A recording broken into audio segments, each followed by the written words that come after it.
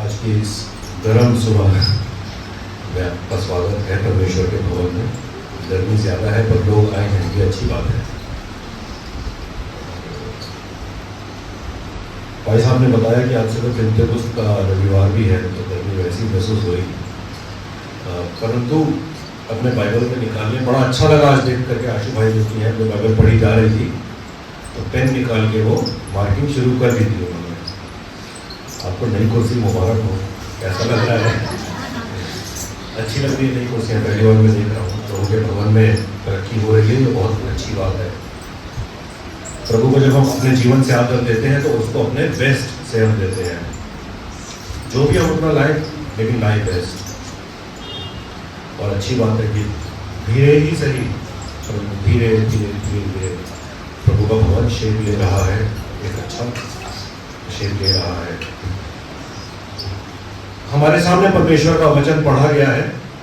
मत्ती रचित सुसमाचार उसका 6वां अध्याय 9 से लेकर के 15 तक। ये प्रभु यीशु मसीह ने प्रार्थना सिखाई है और ये प्रार्थना को पढ़ दिया गया। और यही प्रार्थना आप जब सभा समाप्त होगी तो आप फिर करेंगे। और जहाँ तक मुझे लगता है ये वो प्रार्थना है जो सबसे ज़्यादा आपने अपने जीवन में करी होगी। क्या प्रार्थना करें ना करें, संडे को चर्च के बाद करनी पड़ती है। तो हर कोई व्यक्ति इस प्रार्थना से परिचित तो है। और खास करके हम देखेंगे, क्योंकि पूरा खंड हम उठाते हैं, खंड के बाहर कुछ बोलना ठीक नहीं है। खंड पूरा 9 से लेकर 14 तक है, लेकिन खास करके हम 6 उसके 11 और 12 पर हम बात करेंगे। अगर पूरे पर ही बात करने लगे तो कई रविवार निकल जाएगा, खत्म नहीं होगा। परंतु 6 अध्याय उसका 11 और 12 पर हम बात करेंगे। ये प्रार्थना मैं आशा करता हूँ हर किसी ने करी तो होगी, कभी ना कभी इस पर मनन भी किया होगा। और जितनी भी प्रार्थनाएं हम करते हैं उसमें से सबसे पवित्र प्रार्थना शायद यही है, क्योंकि बाकी जगह प्रभु यीशु मसीह ने अपने लिए, अपने चेलों के लिए प्रार्थना करी, परंतु यहाँ उन्होंने अपने शिष्यों को इस प्रार्थना को करना सिखाया। उसने पूछा कि हम प्रार्थना करें कैसे? लोगों ने ये पूछा, तो जवाब में बताया नहीं, ऐसे प्रार्थना करो। तो बहुत ही गंभीर बात है ये, और इसकी गहराइयों को करना जरूरी है कि प्रभु यीशु मसीह ने हमसे क्या कहा। जब शिष्यों से कहा और वो वचन आज हमसे बात करता है, तो हमसे क्या कहा, थोड़ा गहराई में आज उतरेंगे। और 11वां पद, हमारी दिन भर की रोटी आज हमें दे। यहाँ पर प्रभु यीशु मसीह रोटी के बारे में बात कर रहे हैं। ब्रेड, रोटी ज्यादा बेहतर अनुवाद रहेगा। ब्रेड ऑफ लाइफ, यीशु मसीह एक रोटी के बारे में बात कर रहे हैं। सामान्य ज्ञान या अक्सर लोगों की विचारधारा या जो मत लोग रखते हैं, अगर मैं आपसे पूछूं कि इसका अर्थ क्या हो सकता है या क्या होना चाहिए जब प्रभु यीशु मसीह कहते हैं प्रार्थना करो तेरा राज्य आए, तेरी इच्छा जैसे स्वर्ग में पूरी होती है वैसे पृथ्वी पर भी पूरी हो, हमारी दिन भर की रोटी आज हमें दे। 2 या 3 लोग मैं चाहूंगा आप बताएं कि आप, क्योंकि आजीवन आपने ये प्रार्थना करी है, तो आप क्या समझ करके ये प्रार्थना करते हैं? 2 या 3 लोग फटाफट बता दें। जितना जल्दी बताएंगे उतना जल्दी सफर समाप्त होगा। आजीविका, आजीवानी रोज की जो आपकी आमदनी है, जो जीवन शैली के लिए रोज की जरूरत है, वो पूरी हो, परमेश्वर का पात्र रखते हैं, ठीक है। और ये वचन ही जीवन की रोटी है। ये वचन में चले गए हैं, ये दैनिक जीवन से वचन में चले गए हैं सर। और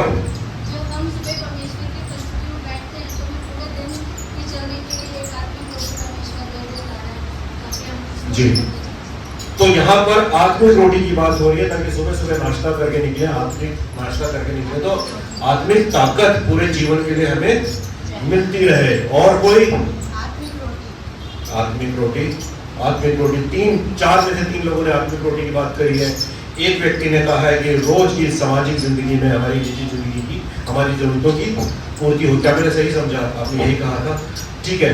ये सारी बातें बिल्कुल सही है, क्योंकि अंततः अन्न के दाता प्रभु यीशु मसीह है, परमेश्वर है। अगर वो बारिश ना करे या जमीन उपजाऊ ना हो हम तो भूखे मर जाएंगे। बारिश देने वाला, क्लाइमेटिक एनवायरमेंटल साइकिल बनाने वाला, उसको निर्धारित करने वाला परमेश्वर ही है। तो शारीरिक रोटी एवं आत्मिक रोटी के भी देने वाले परमेश्वर ही हैं, हमें उसे लेना जरूरी है। ये कॉमन व्यू पॉइंट्स है, आपने भी सुना। 4 में से 3 लोगों ने आत्मिक रोटी की बात करी और एक ने कहा कि हमारे निजी दैनिक जीवन की ये बात है।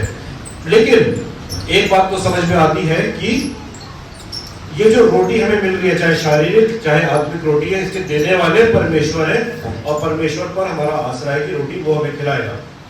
तो अगर कभी कोई बोल दे, एक बार किसी ने बोला बहुत चौड़ा होकर कि रोटी मैं खिलाता हूँ, मैं नहीं खिलाता हूँ रोटी, प्रभु मुझे ताकत देता है और मैं फिर अपने परिवार के लिए उसका प्रबंध करता हूँ, लेकिन देने वाला तो प्रभु ही है। तो कभी इस बात पे गर्व ना करे कि मैं खिलाता हूँ, मैंने सब कर लिया, कुछ नहीं किया, कुछ नहीं किया। देने वाले परमेश्वर ही है। फिर दिन भर की रोटी हमें, कुछ लोग इस बात को इस तरह से भी अनुवाद करते हैं कि भाई रोज की रोटी हमारे लिए काफी है, क्योंकि जैसे मन्ना जिस तरह से स्वर्ग से गिरता था इस्राएलियों के लिए, तो रोज का काफी होता था, अगले दिन के लिए रखेंगे तो सड़ जाएगा। तो लोग कहते हैं कि भाई देखो परमेश्वर का वचन कह रहे कंटेंटमेंट, कंटेंटमेंट रख लो अपने जीवन में, ज्यादा ग्रीडी ना होगा। ठीक है, ज्यादा क्या ग्रीडी तो नहीं होना चाहिए, लालची नहीं होना चाहिए, लेकिन रोज की रोटी के अलावा इन्वेस्टमेंट भी जरूरी है। देखिए अगर इन्वेस्टमेंट और सेविंग्स नहीं करेंगे तो आने वाले दिनों में दिक्कत आ जाएगी। लेकिन अगर हम रोज की रोटी की बात कर रहे हैं तो कुछ लोग बोलेंगे ये तो 2 अलग अलग बातें मेल नहीं खा रही हैं, आप इन्वेस्टमेंट और सेविंग्स की बात कैसे कर सकते हैं जब हम रोज की रोटी की बात कर रहे हैं? क्या ज्यादा सेविंग करके क्या परमेश्वर पे भरोसा नहीं है? सवाल ऐसा उठ जाता है। ये दोनों बातें अलग है और दोनों ही बाइबल में से हैं। सेविंग्स भी जरूरी है क्योंकि उत्पत्ति उसके 41, 34 और 36 में वर्णन किया गया है, जब मिस्र में अकाल पड़ने वाला था तो यूसुफ को उस बात के लिए प्रधानमंत्री बना करके पूरे मिस्र पर निर्धारित कर दिया। फिरौन ने कहा कि ठीक है, तू तेरे को जैसा ठीक लगे, अकाल के लिए अभी से बचा ले। उसने बड़े बड़े गुलाम बनवाए और उसने सेविंग करी उसमें, और वो सेविंग मिस्र को बचाने के लिए काम नहीं आई, वो सेविंग आस पड़ोस के देशों के लिए भी काम आई। तो सेविंग और इन्वेस्टमेंट भी परमेश्वर का ही प्रयोजन है। तो कृपा करके कभी भी अगर आपको कोई ये बोले कि सेविंग इन्वेस्टमेंट ना करो, परमेश्वर के रोज पर भरोसा रखो, लेकिन अपनी बुद्धि का भी प्रयोग कर लेना। ये दोनों बातें सही हैं। अब आगे चलते हैं। और मैंने आपसे अक्सर, या मैं कहूँगा हर समय, जब भी मैंने आपके सामने परमेश्वर का वचन बांटा है, तो मैंने एक बात आपसे कही है कि जो बात हम परमेश्वर के वचन से करते हैं वो लिखित बयान है ना, इसमें छपा हुआ है,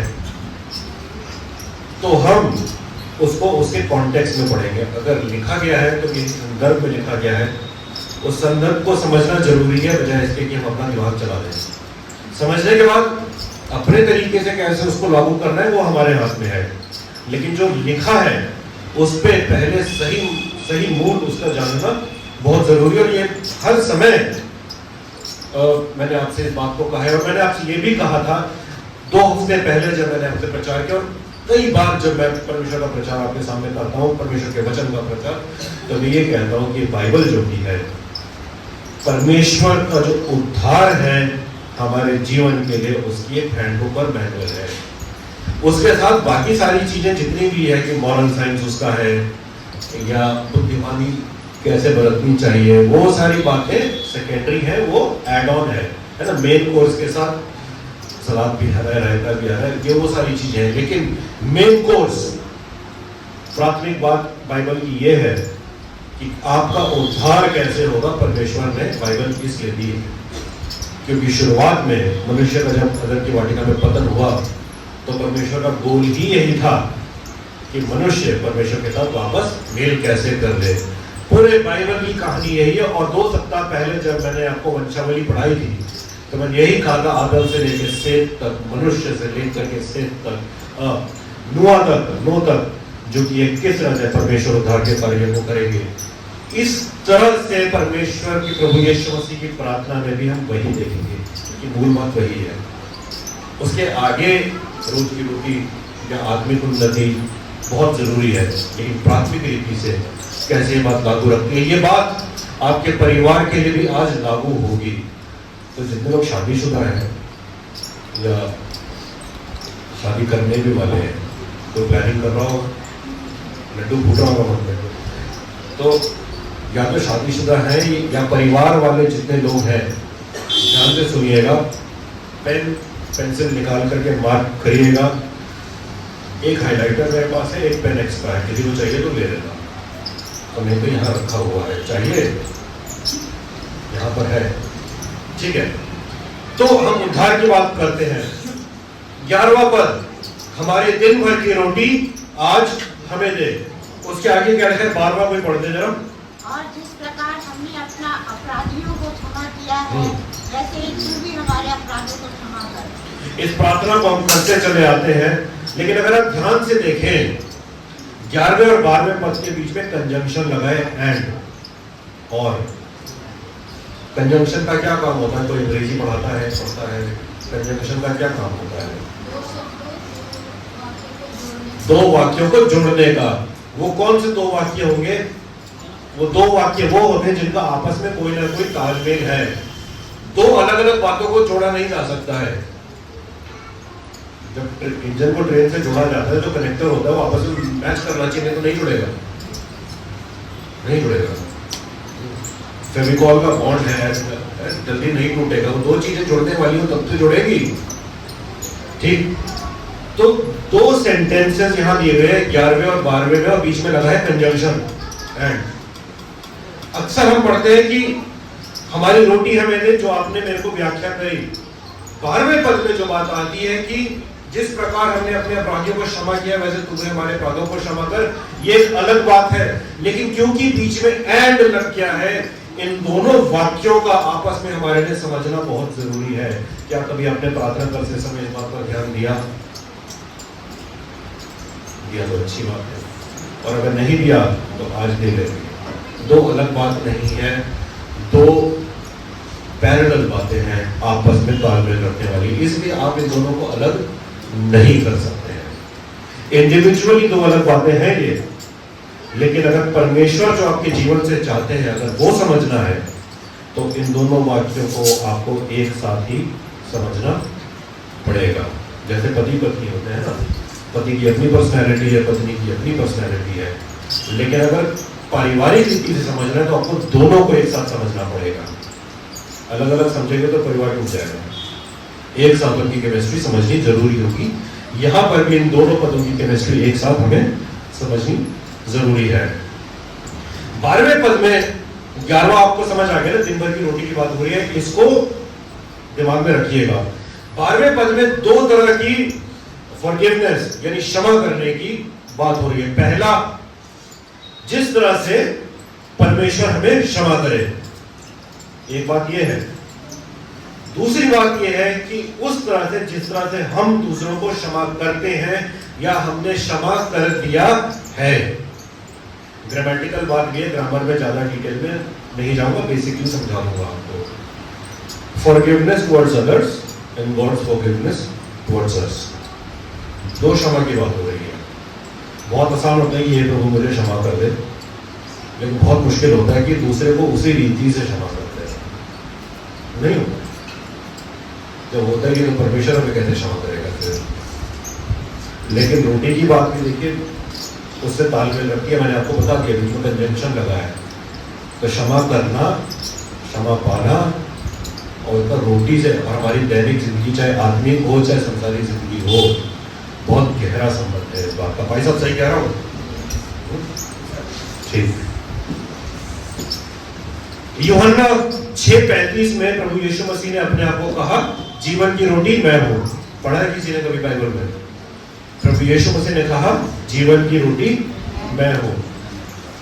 11वें पद में वो कह रहा है, प्रभु यीशु मसीह हमारे दिन भर की रोटी आज हमें दे। कनेक्शंस लगाते हैं, डॉट्स लगाते हैं। पूरा बाइबल एक वचन है ना परमेश्वर का हमारे लिए, तो इधर उधर से कुछ भी नहीं उठा लेंगे।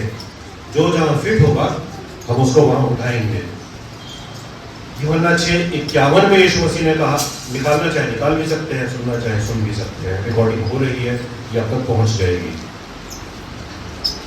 6:35 में, यूहन्ना 6:35 में यीशु मसीह ने कहा कि मैं जीवन की रोटी हूं। जीवन की रोटी, किसकी रोटी?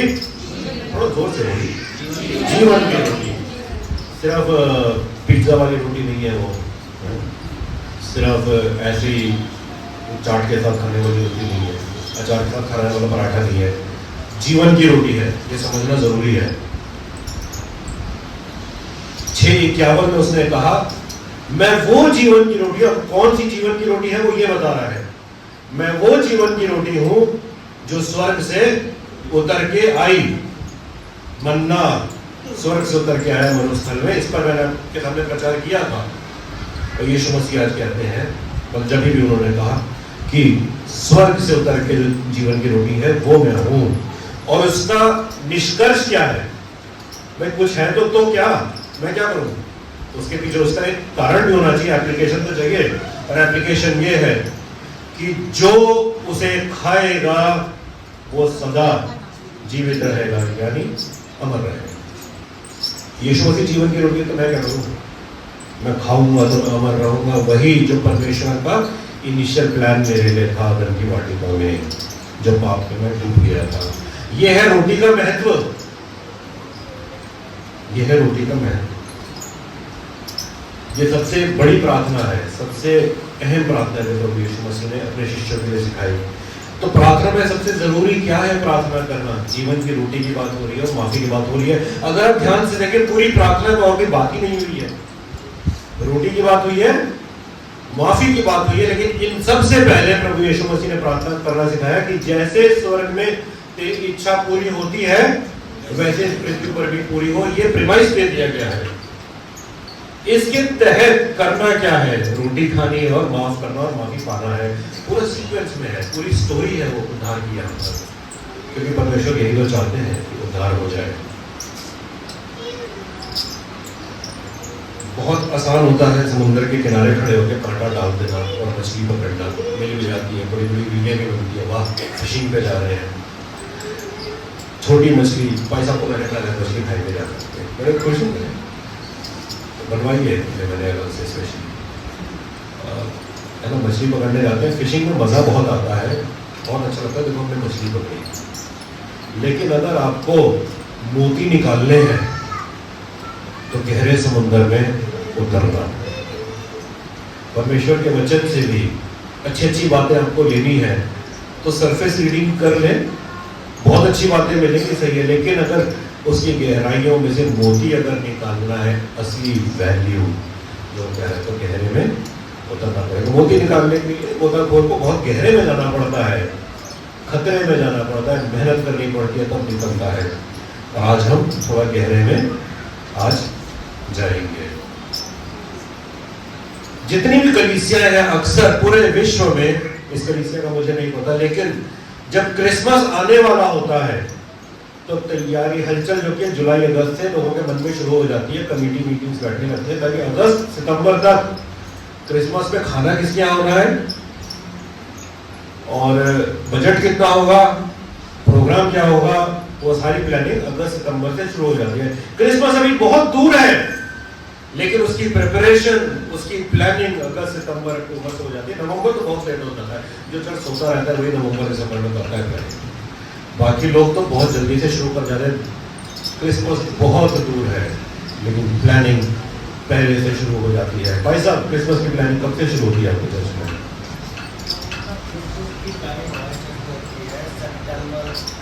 सितंबर से सोचा जाता है, हाँ, अक्टूबर नवंबर तक अमल कर दिया जाता है। मतलब ये सोता हुआ चर्च नहीं है, ये जागता चर्च है। सोएंगे तो फिर तो कुछ होगा नहीं। तो चलिए क्रिसमस का एक सवाल आपसे मैं पूछता हूँ, यीशु मसीह का जन्म कहाँ हुआ था? जोर से बोलिए, पुराने लोग हैं आप चर्च के। बेथलेहम में हुआ था। और क्रिसमस बहुत दूर है, लेकिन आपको याद है अभी से, मतलब तैयारी अच्छी होगी। कभी आपने सोचा है प्रभु यीशु मसीह का जन्म बेथलेहम में क्यों हुआ? परमेश्वर की इच्छा थी, सही बात। और बताइए, फिर से बोलिए मम्मी। उसकी इच्छा के अनुसार। और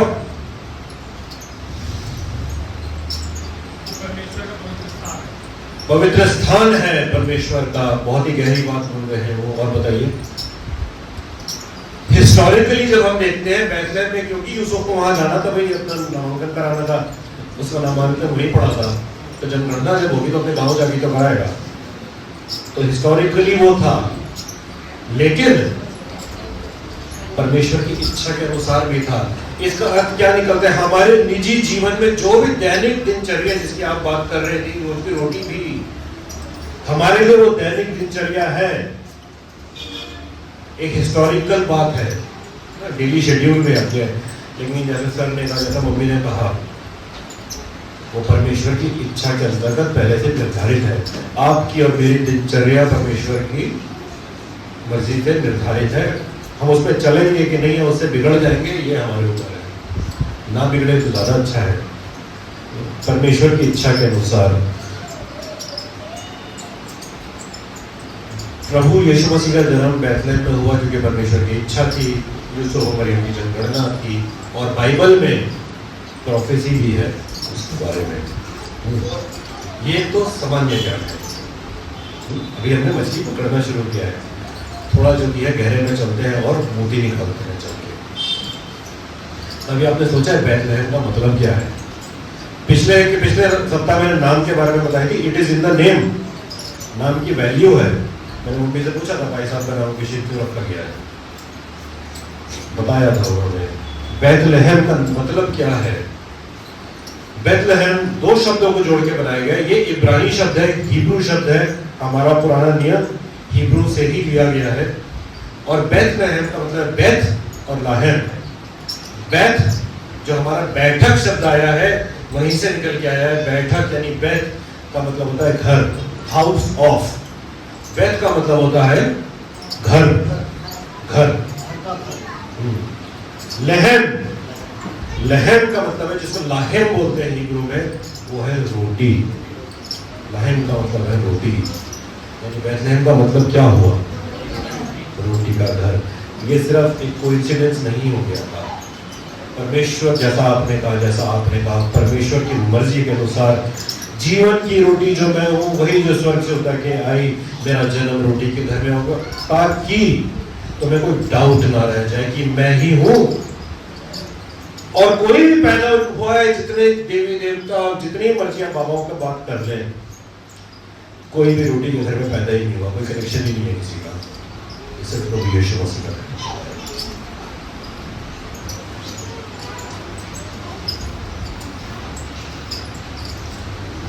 बहुत अच्छी बात है अगर आपको कनेक्शन समझ में आ रहा है।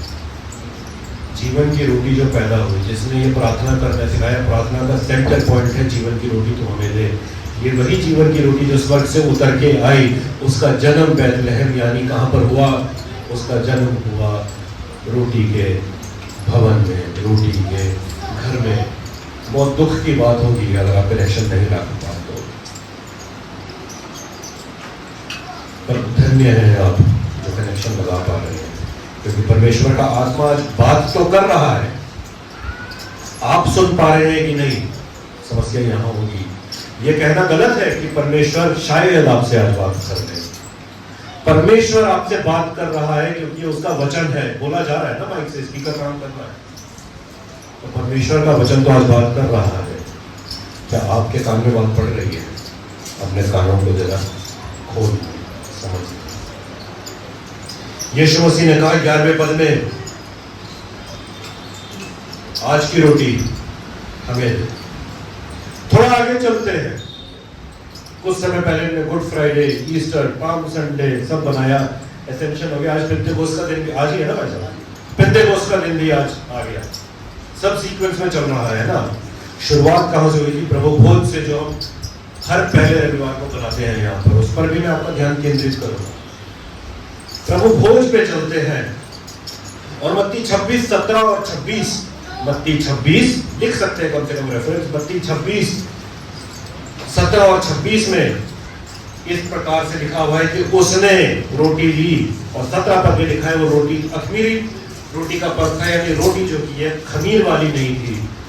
रोटी में कोई मिलावट नहीं थी, कोई खमीर नहीं था उसको केक की तरह फुला देने के लिए। अखमीरी रोटी, अनडाइल्यूटेड प्योर ब्रेड, है, वो मल्टीग्रेन वाला आटा नहीं था, वो शुद्ध चक्की फ्रेश आटा था, कोई मिलावट नहीं थी, जिसको हम मैदा कह सकते हैं एक तरह से, लेकिन शुद्ध आटा।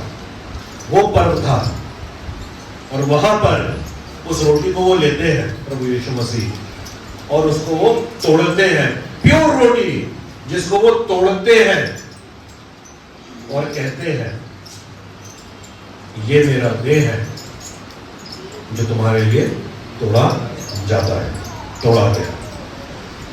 रोटी, जीवन की रोटी, जो रोटी ये घर में पैदा हो, जो स्वर्ग से उतर के आए ताकि आपको अनंत जीवन मिले, वो रोटी को लेकर के रोटी तोड़ते हैं, रोटी तोड़ते हैं, तोड़ते हैं। तो रोटी लेते समय हम इसलिए नहीं तोड़ते कि सब में आपस में बराबर बट जाए, दो भाग, कई भाग उसको कर देते हैं। उसका महत्व है, उसका महत्व है। तभी आपने नोटिस किया है जब मैं आपको रोटी देता हूं, आपके हाथ में रख करके मैं उसको कड़ाक से तोड़ता हूं। कभी किसी ने नोटिस किया है? अगली बार कर लीजिएगा, मैं ऐसे नहीं छोड़ देता हूं। वो डिजाइन ही ऐसी की गई है क्योंकि आजकल शेयर होती है, पहले एक बड़ी रोटी तोड़ी जाती थी, आजकल सफेद वाली ना तो जाके चिपक जाती है। वो तोड़ने के पीछे महत्व है, वो इसलिए तोड़ी जाती है ताकि जैसे आप कड़ाक से आवाज सुने आपको एहसास हो उसका शरीर हमारे लिए तोड़ा गया, जिसे हम कहते हैं। ऐसे ही नहीं ले लेते, हल्के में मत लीजिएगा प्रभु को। वो इसीलिए सिंबॉलिकली तोड़ी जाती है ताकि एहसास हो वो मेरे लिए तोड़ा गया ताकि मैं ना तोड़ा जाऊं। वही उसी रोटी की बात है, रोज की रोटी हमें ले। कितना समझ में आए? रोटी गंभीर है ना, सिर्फ चकला बेलन की बात नहीं है, गंभीर बात है। थोड़ा और गहरे में चलते हैं। हिब्रू भाषा जो है वो न्यूमेरिकल भाषा है। ये स्कॉलरली रिसर्च से मैंने उठाया है, रिसर्च करके आया हूँ, ऐसे नहीं बोल रहा हूँ। जैसे क्रमांक संख्या हिंदी में लिखते हैं क ख ग घ, सर प्रिंसिपल रह चुके, क्वेश्चन पेपर्स तो बहुत देखे होंगे इन्होंने। निम्न प्रश्नों का जो किया उत्तर दे, क ख ग घ, अंग्रेजी में A B C D, mathematics में 1 2 3 4, क ख ग घ भी तो क्रमांक है, सीक्वेंस में ही तो लिखते हैं हम। हिब्रू भी, इब्रानी भाषा भी उस तरीके से क्रमांक वाली भाषा है। अलेफ बेल गिमेत दालेत हेत तेत क्यों, जितने उसके वाउल्स लेटर्स हैं उसके अल्फाबेट में क्रमांक है।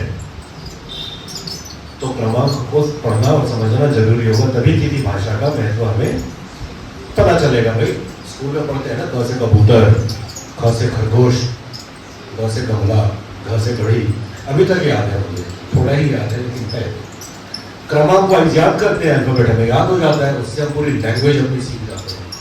हिब्रू एक न्यूमेरिकल लैंग्वेज है और उस नंबर की बहुत गहरी वैल्यू है, थोड़ा उसको देखते हैं। जिस स्कॉलर की इंफॉर्मेशन मैंने उठाई है उनका नाम है रब्बी जेसन सोबेल। अब रब्बी जेसन सोबेल, रब्बी कौन होता है? ये गुरु। जूइश कल्चर यानी यहूदी कल्चर में वो गुरु जो सबको सिखाता है। यीशु मसीह को क्या कहते हैं? हे रब्बी। He was a teacher, वो पढ़ा लिखा था, सिर्फ कारपेंटर का ही लड़का नहीं था, पढ़ा लिखा कारपेंटर का लड़का था वो, ऐसे नहीं था। रब्बी उसको कह रहे थे, रब्बी टाइटल सबको नहीं दिया जाता है, आजकल तो बाबा घूम रहे हैं कोई बाबा, वो नहीं, रिजर्व टाइटल होता था। और यहाँ रब्बी कहते हैं। उन्होंने मैथ्स निकाला, बैतलहम का जब न्यूमेरिकल वैल्यू निकाला गया हिब्रू में लिख करके, तो बैतलहम का न्यूमेरिकल वैल्यू निकलता है 490, 490। लिख लीजिए, लिख लीजिए 490। बिब्लिकली 490 जो की है नंबर ऑफ कंप्लीशन है, 7 परमेश्वर का नंबर है, 7 दिन में रचना करी, 7 7 7 7 सब जगह। 490 जो की है बिब्लिकल नंबर है ऑफ कंप्लीशन, परफेक्शन, सिद्ध होना, पूरा होना, संपूर्ण होना, ये उसका नंबर है। और भी कई इब्रानी शब्द हैं जिसकी जब नंबर वैल्यू जोड़ी जाती है तो 490 पे आके रुकती है, और उनमें से एक शब्द है तमीम। तमीम वो शब्द है जिसका मतलब है it is finished, accomplished, completed. क्रूस पर यीशु मसीह ने आखिरी क्या बोला था? मैंने ही प्रचार किया था आखिरी शब्द, इट इज फिनिश्ड, पूरा हुआ। उद्धार का कार्य अधूरा हुआ, उसमें प्लस माइनस की गुंजाइश ही नहीं है, उसका टोटल हिब्रू एडिशन आता है 490। परफेक्ट का भी जो है कंप्लीशन निकलता है 490। कोई गुंजाइश ही नहीं है कि आप कोई और इंटरप्रिटेशन निकाल दें परमेश्वर के वचन में, कोई गुंजाइश नहीं है। अब क्योंकि जो व्यक्ति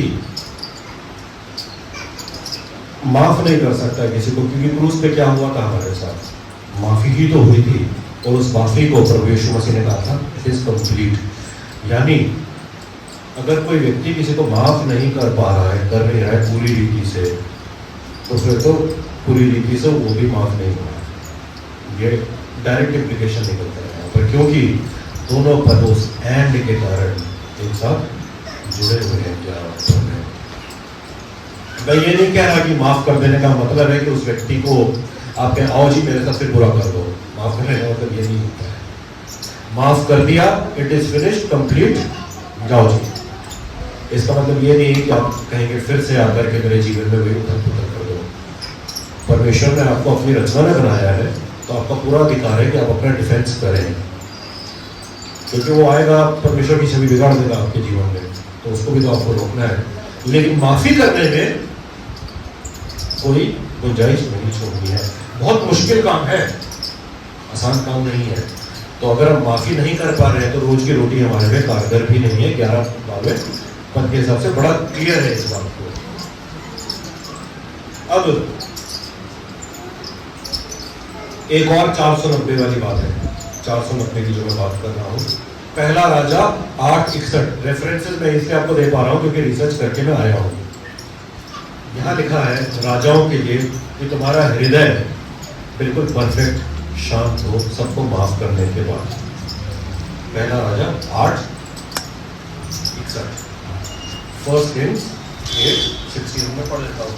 तो तुम्हारा मन हमारे परमेश्वर यहोवा की ओर ऐसी पूरी रीति से लगा रहे कि आज के समान उसकी विधियों पर चलते और उसकी आज्ञा को मानते रहो। ये तो परमेश्वर चाहता है राजा से, राजा के नीचे प्रजा पूरी वही करेगी। ये होता था परमेश्वर के मर्जी पर पूरी रीति से चलता रहे, तब जाकर के 490 इट इज फिनिश्ड, कंप्लीशन होगा। बैथलेहम का कंप्लीशन 490। एक और शब्द आता है नेटिविटी। नेटिविटी होता है जो पूरा व्याख्या, जिस तरह से प्रभु यीशु मसीह के जन्म की जो व्याख्या दी गई, नेटिविटी शब्द को जो किया है जब आप कंप्लीट करेंगे तो वो भी 490 आता है जोड़ करके। उसके जब बड़े तरह किया सब कुछ 490।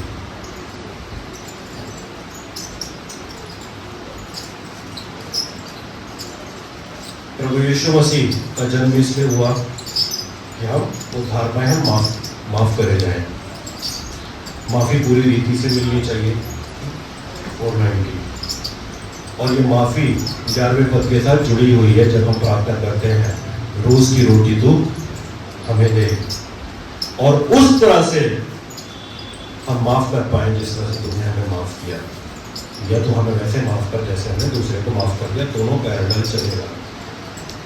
क्या कंप्लीशन में अगर हम इस बात को समझें तो क्या ये संभव है कि हम किसी को पूरी रीति से माफ कर सकते हैं?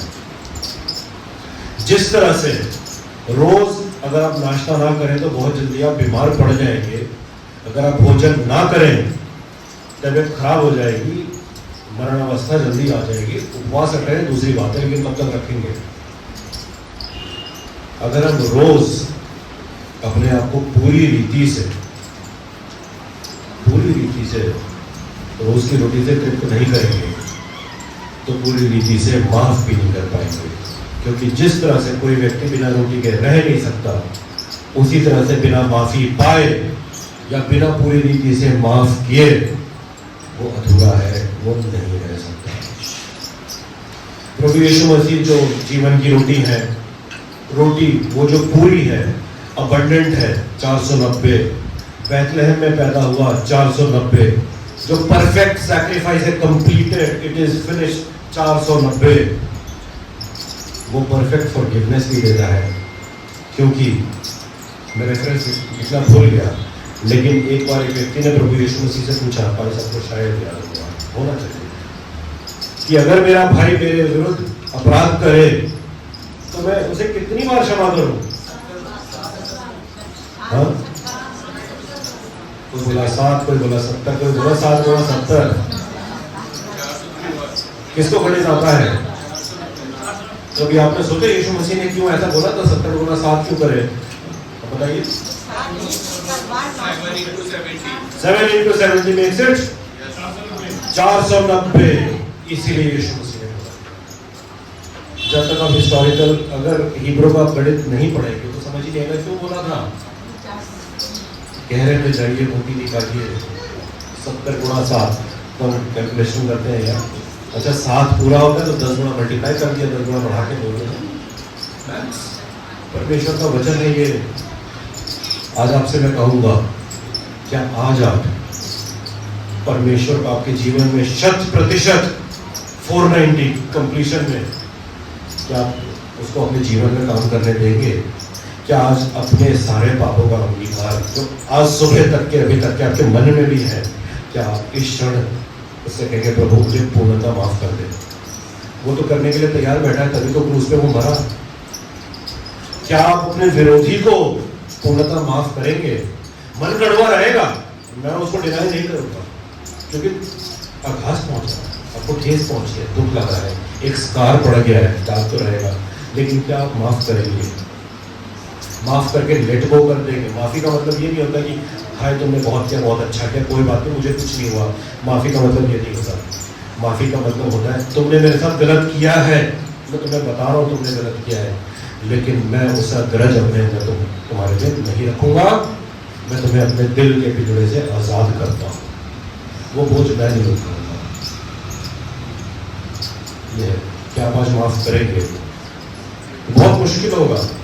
क्या परमेश्वर को, प्रभु यीशु मसीह को ये समय देंगे कि इस विषम परिस्थिति में जो बहुत मुश्किल है इस जख्म से उभरना, कि वो आपको चंगा करे पूरी रीति से, ताकि 490 की कंप्लीशन आपके जीवन में हो जाए। वो करेगा, वो पूरा कर देगा, उसका काम ही है पूरा करना। सृष्टि की रचना करके जब पूरा हो गया तब उसने बोला ना, उसे विश्राम किया। वो कहता है मैं अल्फा और ओमेगा हूँ, beginning and the and, intermediate नहीं कहता मैं आपको, पूरा वो करेगा। भाई साहब से मैंने निवेदन किया है कि जब मैं सब वचन खत्म करूँ तो एक गीत में कलीसिया की अगुवाई करें, और मैं चाहूँगा ये समय ले करके जब वो इस गीत में हमारी अगुवाई रखें, चाहे अभी चाहे थोड़ी देर में, कि यीशु को मैं सब कुछ देता। गाना गंभीर है, पूरी रीति से संपूर्ण समर्पण कर दें। और अगर प्रभु को आपने जीवन नहीं दिया है, अपना जीवन समर्पित नहीं किया, जवान लोगों, बड़े लोगों, कि कोई भी आज तक अगर शर्माता आया है या भटक गए हैं, तो आज संपूर्ण समर्पण कर दें, ताकि वो 490 का संपूर्ण समर्पण आपके तरफ से पूरा हो जाए प्रभु के लिए, प्रभु का कार्य पूरी रीति से आपके जीवन में हो जाए। प्रभु यीशु को मैं सब कुछ देता हूँ। अपनी आंखों को बंद करेंगे कुछ क्षण के लिए।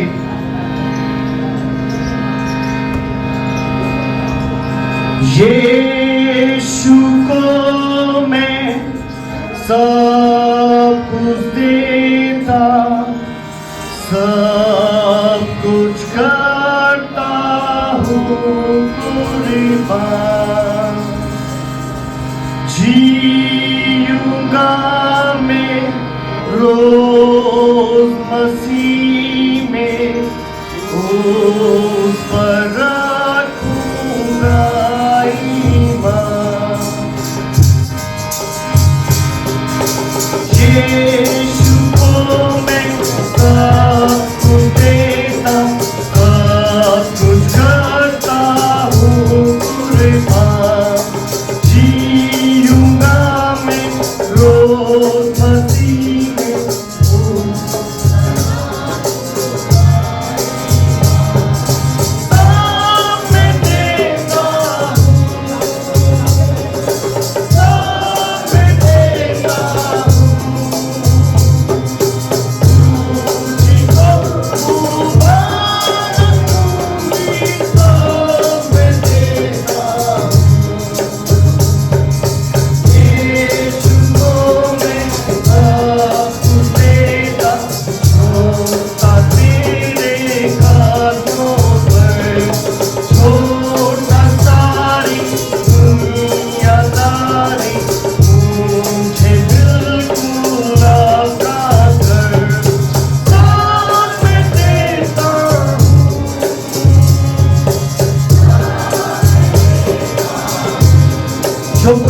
चाहता है मीज के सामने आ सकते